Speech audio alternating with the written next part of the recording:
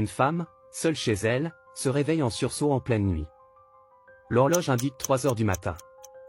La maison est plongée dans le silence, mais quelque chose ne va pas.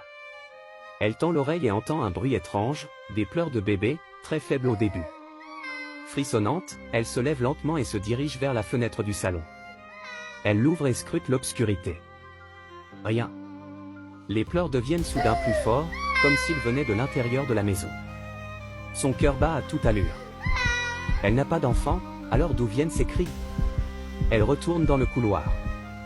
Les pleurs deviennent des cris déchirants, résonnant comme s'ils venaient juste de l'autre côté de la porte d'entrée.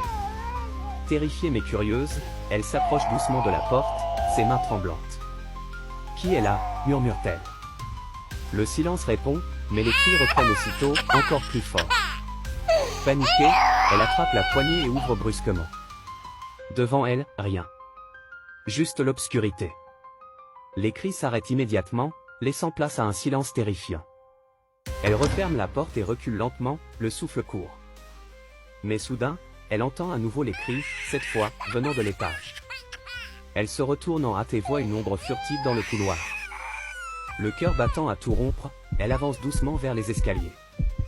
Ses pieds commencent à monter les marches. Chaque pas est plus lourd, plus angoissant. Quand elle atteint le dernier étage, les pleurs s'arrêtent brutalement. Elle ouvre la porte de la chambre, et tout est calme. Mais à peine entre-t-elle qu'une brise glacée souffle à travers la pièce. Elle se retourne, et une silhouette la fixe dans l'ombre, un sourire figé sur un visage qui n'est pas humain. La lumière s'éteint soudainement, et avant qu'elle puisse crier, tout s'efface. Elle se réveille en sursaut, encore dans son lit, le cœur battant à toute vitesse. Un cauchemar, du moins, c'est ce qu'elle pense jusqu'à ce qu'elle entende, encore une fois, les cris déchirants d'un bébé, juste derrière la porte de sa chambre.